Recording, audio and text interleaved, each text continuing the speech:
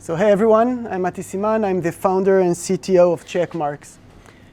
Every year at our sales kickoff, our company kickoff, I take one subject that I find to be interesting and I present it to our company. So a couple of months ago, we took our 700 employees to Thailand and was talking about cloud security. 2 years ago, the topic I chose was software is everywhere, and we showed how we were able to hack into Amazon's Alexa, how we are able to exfiltrate sensitive data using smart light bulbs, and how to hack into autonomous cars. This was in 2018. Last year, I made an even bolder statement, and I actually said that AI software is everywhere. And that would be the topic of today's session. So there are hundreds and hundreds of small startups that are disrupting their industries by employing AI and machine learning, be it in the healthcare industry, fintech industry, and e-commerce. Hundreds of very small companies. But it doesn't end there. Even the largest companies in the world are using AI and machine learning to improve their functionality. Face tagging in Facebook, when we order an Uber, so the pickup time and estimated cost, everything is machine learning. So Google wants all the information in the world to be searchable. That's their business. But they faced a problem. There is a lot of information that actually is not stored on the web. People hold that information in their minds, and Google cannot search that information. For example, I was looking for the opening hours of a store near my apartment, and I couldn't find it. They don't have a website. Google couldn't help me. To solve that problem, Google made a mission to itself to be able to interview people about all their knowledge in their heads and to make that information searchable. The first step to reach to that goal was to actually build a bot that is capable of holding a conversation over the phone with a human being, where the other person doesn't really know that he's talking with a bot. So the bot talks with that person, the person answers that bot without knowing he's talking with a robot. Kind of a Turing machine over the phone. So let's see a quick example of Google doing that. Can I help you? Hi, I'm calling to book a women's haircut for a client. I'm looking for something on May 3rd. Sure, give me 1 second. Sure, what time are you looking for around? At 12 p.m. We do not have a 12 p.m. available. The closest we have to that is a 1:15. Do you have anything between 10 a.m. and 12 p.m.? Depending on what service she would like, what service is she looking for? Just a woman's haircut for now. Okay, we have it 10 o'clock. 10 a.m. is fine. Okay, what's her first name? The first name is Lisa. Okay, perfect. So I will see Lisa at 10 o'clock on May 3rd. Okay, great. Thanks. Great. Have a great day. Bye. Okay. So it was a fairly convincing demonstration. And I want to show now that the computer is playing to do things better than a human being. For example, playing games. And for this example, I chose the Flappy Bird game. I guess most of you are familiar with it. The idea is that the bird needs to flap its wings in order to pass through the different tree branches without hitting any of the branches. And now let's say that we want to teach the computer how to play this game. So there are two approaches. The old school approach would be that I will learn the winning strategy and teach the computer. For example, if you're very close to the tree branch, you need to flap the wings. If you're too high, don't flap the wings, just to feed in the computer with all the different conditions. The other approach, the machine learning approach, would be to let the computer play this game over and over again and to automatically learn the rules and how to win this game. In this example, I chose to use genetic algorithm to win this game. So with genetic algorithm, we randomly set a population of 10 birds. Each one of them randomly flap its wings. Some of them, just by chance, play better than others. We choose the 2 best birds. We breed them together. We take their genes. We create a new population of 10 new birds. We slightly mutate each of the birds, and then we let them play another generation. And again, we take the 2 best birds, and so on and so forth. A key concept here is to set the target function. How can we measure which of the birds is better than the other birds? In this case, we're measuring the distance traveled by each bird. a bird that travels the most distance is the most successful bird. So we want to teach birds how to flap optimally in order to fly safely without prior knowledge of winning strategy using genetic algorithm. So first, we create initial population randomly. And then as the game is being played, we employ natural evolution. We select best samples, crossover, and mutate. Let's see how it goes.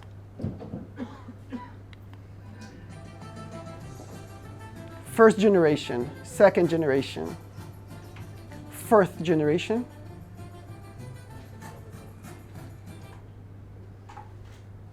למה לגעת? חבל.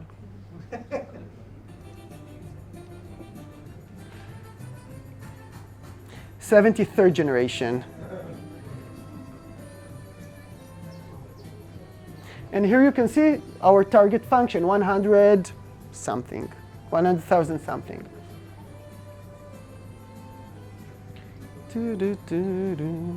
Okay, so we have the winning bird. Obviously, it plays better than any human being.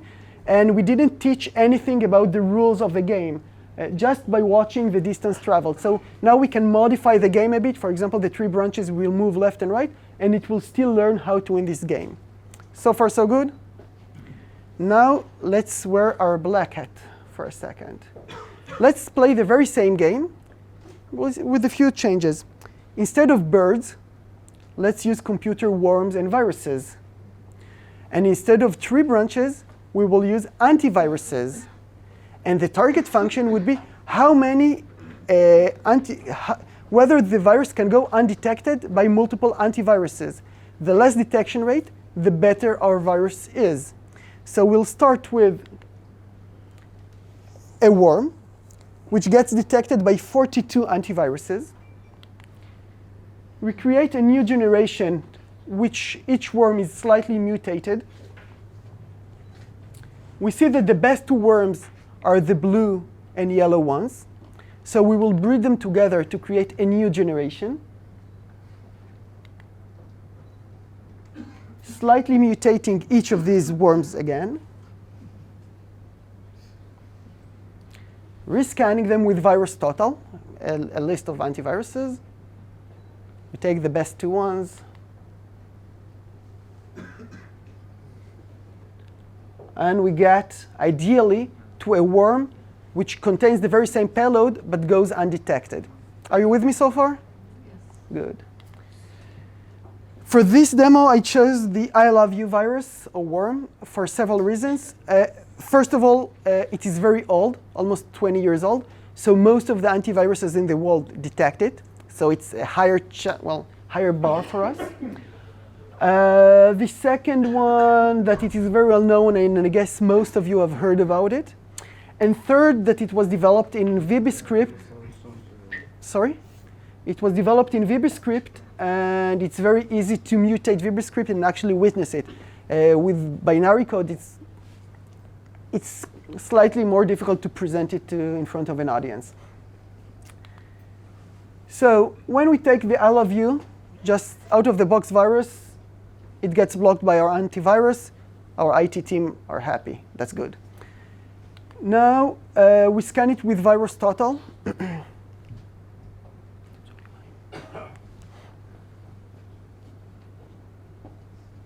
And it all red, 42 out of the 55 detect this virus. That's great.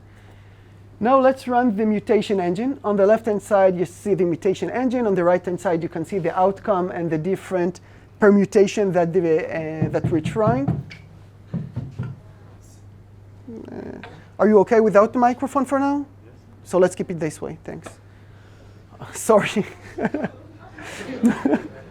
And now we get to a version of the virus which we think is the best version of it. Now let's scan it with virus total.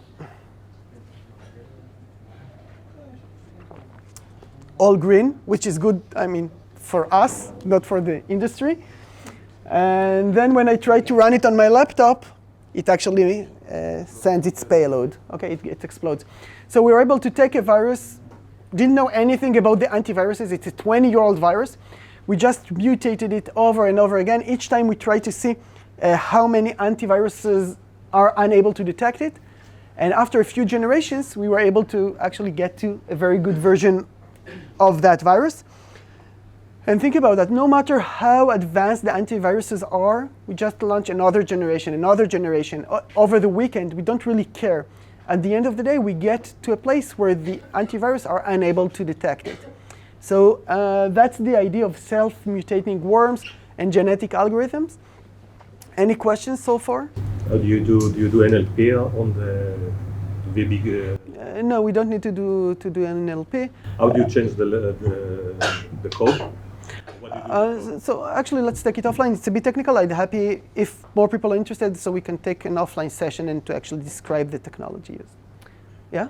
So Aristotle was scanning this only by static measures, right? No dynamic. Yeah, that's true. Right, you're right. The other topic that relates to how hackers scale their attacks is related to phishing. I guess most of you are familiar with phishing. Phishing takes a spray and pray approach where hackers or phishers are sending hundreds and hundreds of thousands of mails in the hopes that someone will click the link. Now, I'm not sure if you've noticed, but most of the phishing mails have quite a few spelling mistakes. Have you noticed that? And there's a question, why do they have so many spelling mistakes? At the end of the day, just press F7 and you get your mail checked. So Microsoft did a very interesting research titled as, why do Nigerian scammers say they're from Nigeria? And they came to the conclusion that actually they want, like any other sales process, they want to filter out the more educated people and to leave in their funnel the less educated population, the people that are more likely to click the button. I'm sorry. The more educated people will start asking questions, prove me that you're really a prince or a princess, and so on. And they actually want to filter these out. They want to keep the people who are, well, as I said, less educated. And by leaving so many spelling mistakes and hints in the mail, the ones that are left are good targets. So phishing goes with the spray and pray approach. At the other end of the spectrum, you can find whaling. The idea with the whaling is that you're willing to invest a lot of time, a lot of effort in order to find one specific target and to make that target click your link. Okay? For example, the CEO or the CFO of an organization, you're really willing to invest all your efforts to have that person click that link. The downside of it is that it's not scalable. And we'll see to a certain extent how machine learning can help you in scaling these kind of attacks. So in order to whale, a whaling process is this three-step process. First of all, you need to identify your targets. Okay? Who are you aiming to attack? Then you need to gather some intelligence. And the third is to craft a mail which will look convincing enough. Let's see how each of these steps can, again, to a certain extent, be scaled using machine learning. Starting with identifying targets. Instead of doing it manually, we built a tool that you find the profile of 3 people in LinkedIn, 3 people that are potential targets for you. You add them to your list. Okay? In this case, all are software engineers in insurance companies. Then it finds what all these people have in common. And once we were able to find some similarities between these profiles, and the more profile you add, the more accurate it gets, it actually generates a Google search to find similar people. So we started with 3 people, and we ended with more than 1,000 potential targets. The next thing is to gather some intelligence. So I chose poor Kendrick McCarter for this demonstration. And we are able to gather some information from publicly available sources. For example, we see from LinkedIn that one of his endorsers is Gopi Kodaravali. We also see that as part of his skills, he marked data analysis. From Instagram, we see that he spent his vacation on the Venetian Las Vegas. So all of that, we automatically gather all that information. And next to it, we can see the success rate. Based on our past experience, what are the chances that Kendrick McCarter will click that button, assuming that we use this piece of information? So for example, we see that if we mention that he stayed at the Venetian Las Vegas, there is a 24% chance that he will be convinced to click that link. And now we need to then we click the generate. Then we choose which properties we want to use. Let's choose the Gopi Kodaravalli as endorser and data analysis as skill. Generate a mail, and we see the following mail. Dear Kendrick, I've received your information from Gopi Kodaravalli, whom I used to work with at Visio. I understand from him that you're in the data analytics field. I'd be happy if you review my resume. Makes sense. You open the doc file, and it installs a keylogger. Another alternative would have been that we mark the vacation at the Venetian Las Vegas as the property we want to use. And then it generates the following mail from the Venetian. Dear Mick Carter, we hope you enjoyed your recent stay at the Venetian. Please fill in this survey. To sweeten the pot, the first 200 respondents will receive a complimentary 2-night stay at one of our hotels. Looks convincing.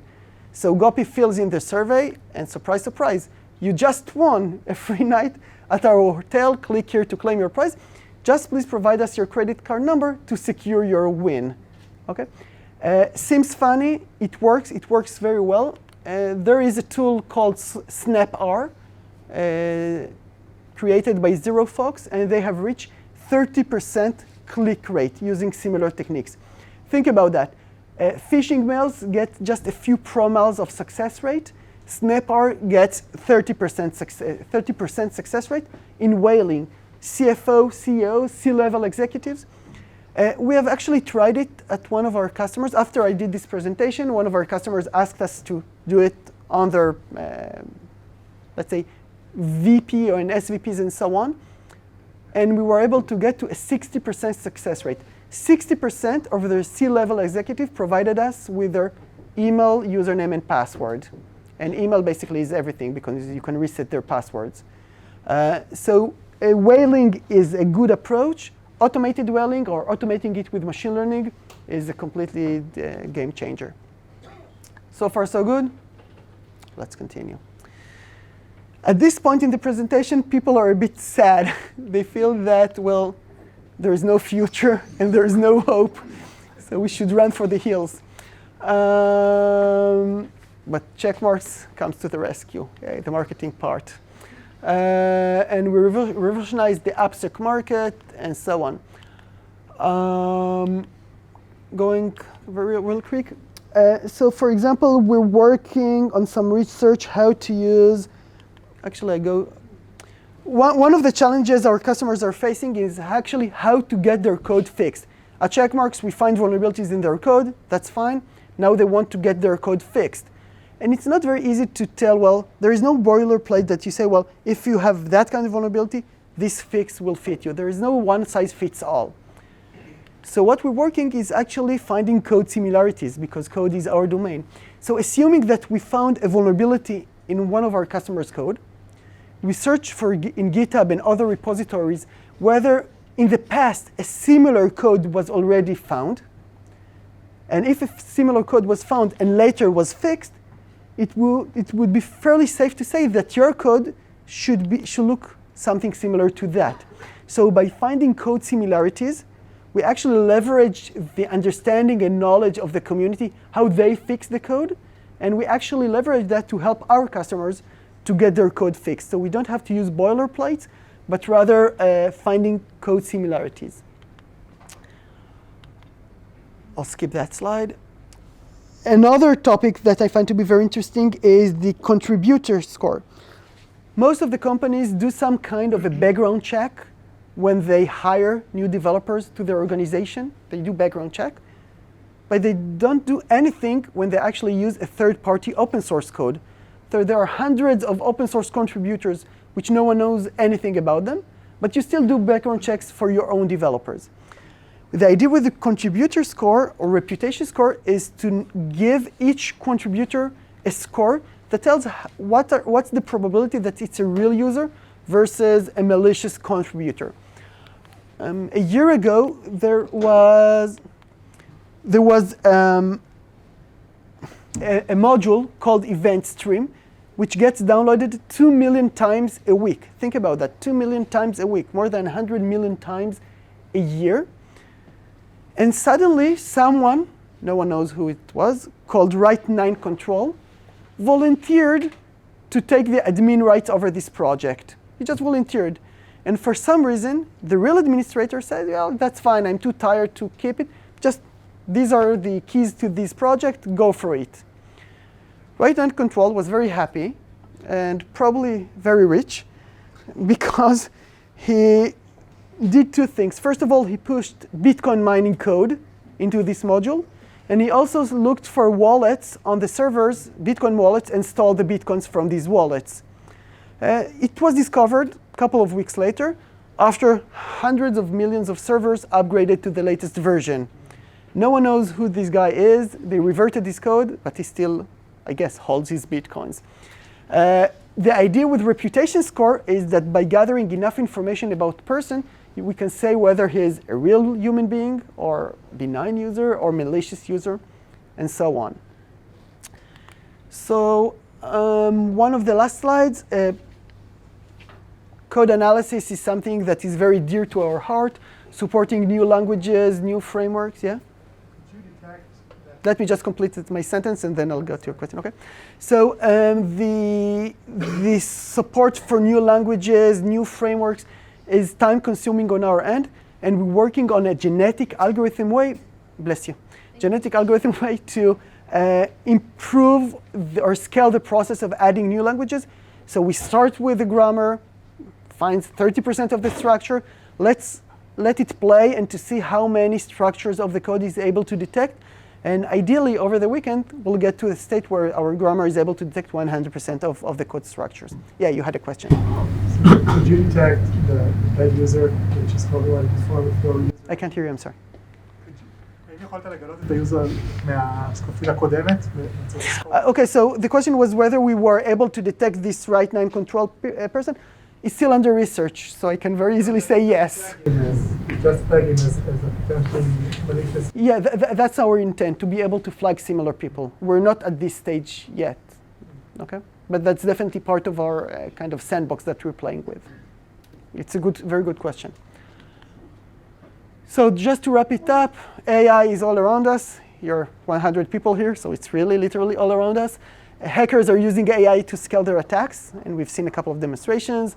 And we at Checkmarx, we use similar techniques to actually win that battle.